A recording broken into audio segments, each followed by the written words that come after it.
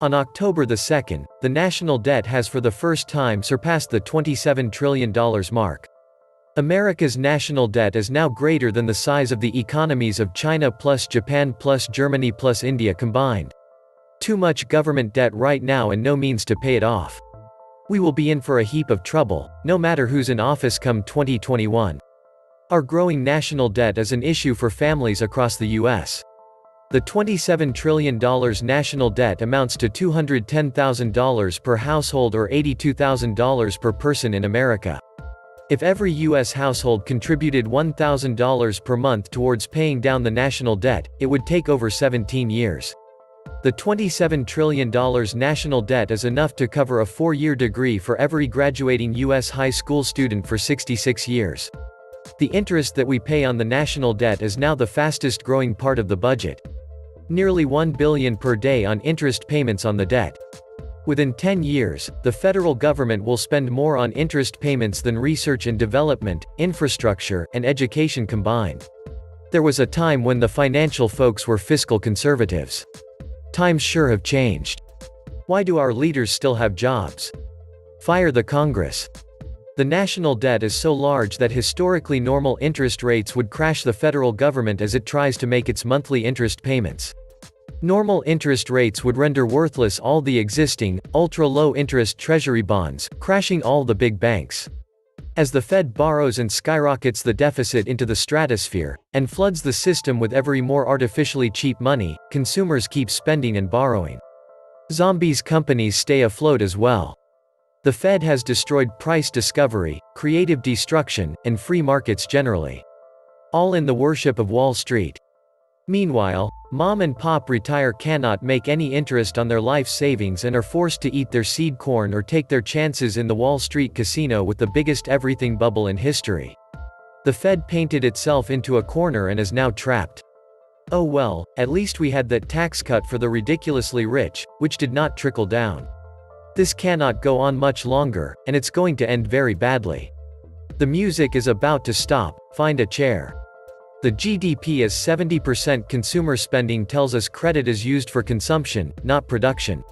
Demand for credit doesn't fall as production declines. Consumer prices will increase as production falls. Consumer default will increase, especially since one can still get credit after defaulting. Also, older Americans want more savings interest. Thus, there is no such thing as naturally low interest rates in our future. Today's interest rates are low due to the Fed pumping endless credit into the markets. After the Fed stops, interest rates shall skyrocket because savers and creditors, including bond owners, have been screaming for interest income for decades.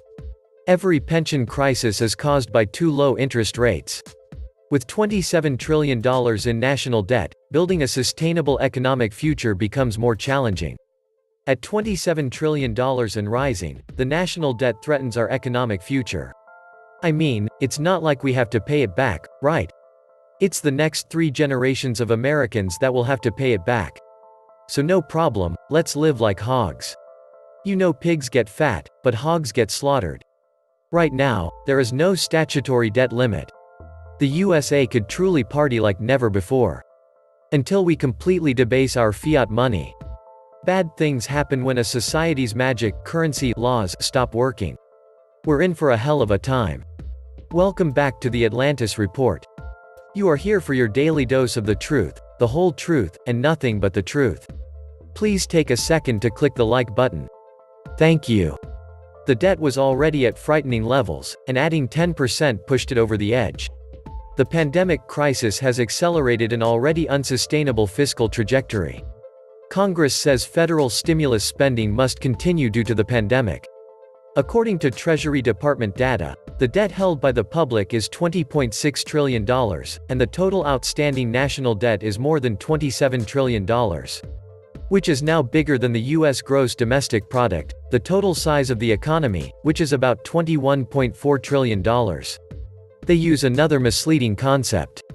The argument they make is that the federal government has borrowed and spent more than $5 trillion of money that was in the Social Security Fund. So they use the term debt owned by the public to exclude debt owned by the Social Security Fund. It is all debt that has to be paid back. The fact that $5 trillion of the debt is owed to another government agency means nothing. Just think of it as Enron accounting. What our government has been doing on many fronts are the same things that we have put people in jail for in the past, especially the Federal Reserve. So how much debt is too much? It's no different than managing your own household debt. Once you get close to your own debt ceiling that you can manage, any emergency pushes you over the edge. The huge difference between the government ceiling and a household is the Fed. The household can't print their money, but the federal government can. So they kick the can via the Federal Reserve. The federal deficit for the fiscal year 2019 that ended last September 30th was $984 billion. It has nearly quadrupled this year to a staggering $3.7 trillion, and this will skyrocket even further if another round of pandemic aid gets passed. These sums, so vast as to be nearly incomprehensible, get added on to the national debt, which as of last week surpassed the 27 trillion thresholds, up 33.6% on Trump's watch. The U.S. debt now exceeds the size of the entire economy. The Congressional Budget Office projects a federal budget deficit of $3.3 trillion in 2020, more than triple that of 2019's shortfall, mostly from the economic disruption caused by the pandemic and the ensuing legislative response. In the fiscal year that begins on October 1st, federal debt held by the American public is also projected to reach or exceed 100% of U.S. GDP for the first time since World War II. That would put the U.S. in an exclusive club of nations, including Japan, Greece, and Italy, which all have debt loads that exceed their economies. Ain't our lazy corrupt do-nothing, corporate conservative Congress great? There are the best money can buy. Deficits don't matter, until one fine day, they do. How did you go bankrupt? Two ways, gradually, then suddenly. Why should asset managers on commission worry about the national debt? They only worry about their commission. The interest rate shall artificially depress for the next decade or two or even into the infinity as the US is at no moment to pull itself out from the debt addiction. Everyone who read not from the mainstream media could figure out this is a bankrupt country. Fed prints dollars and pass it to the Treasury. The only reason it does not happen like what you witness in Zimbabwe is the US dollar has a reserve currency status. However, we also knew that many countries are working to pass this and eventually abandoning using dollars for trade. The whole effects would surely make everyone who holds this currency nervous, and eventually, the trick of modern monetary theory will come to an end. We have had high debt for so long that it has become accepted as a norm. We ignore the dangers. We have had a big surprise this year with the pandemic. We could have a big surprise another year that suddenly made the debt a much bigger problem. The reason the markets are not worried about the astronomical deficit rocketing ever higher is that they are making money, and they know when this house of cards collapses, it will mom and pop America and Main Street, not Wall Street, that pays the tab for this recklessness. Markets never worry. People profiting from current fiscal policy stay the course believing they'll take their profits before anything really bad happens. Thus far, there are plenty of greater fools doing their part to keep it going. It's all fun and games until the keg blows up from too much pumping. More pain is coming. It's okay to borrow to infinity for war, a virus, or to subsidize a tax cut to the extremely wealthy, but it's not okay for Social Security and Medicare, which was allowed to be put in a trust fund, glorified IOUs.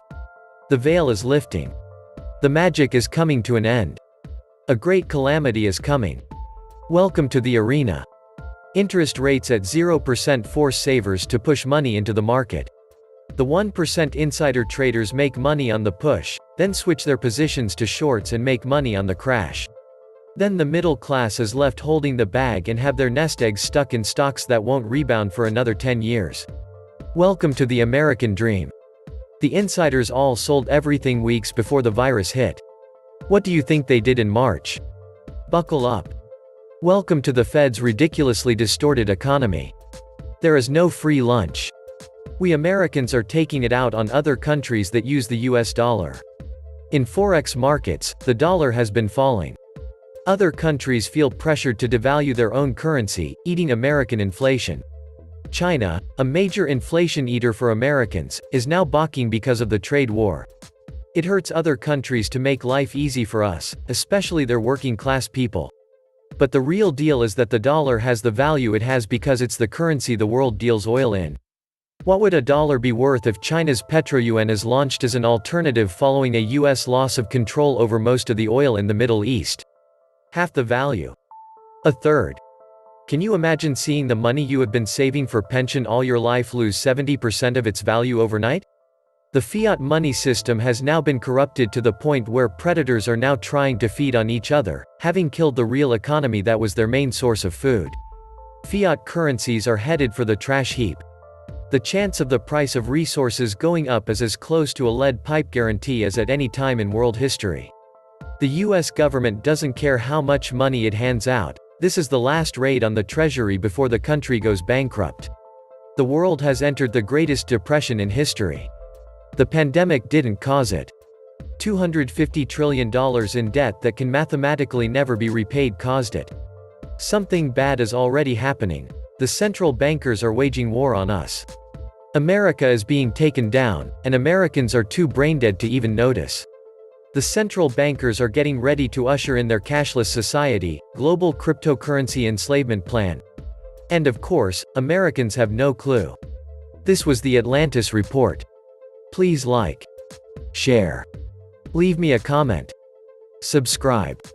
And please take some time to subscribe to my backup channels. I do upload videos there too. You'll find the links in the description box. You will also find a PayPal link if you want to make a donation. Thank you wholeheartedly to all those of you who have donated. Stay safe and healthy, friends.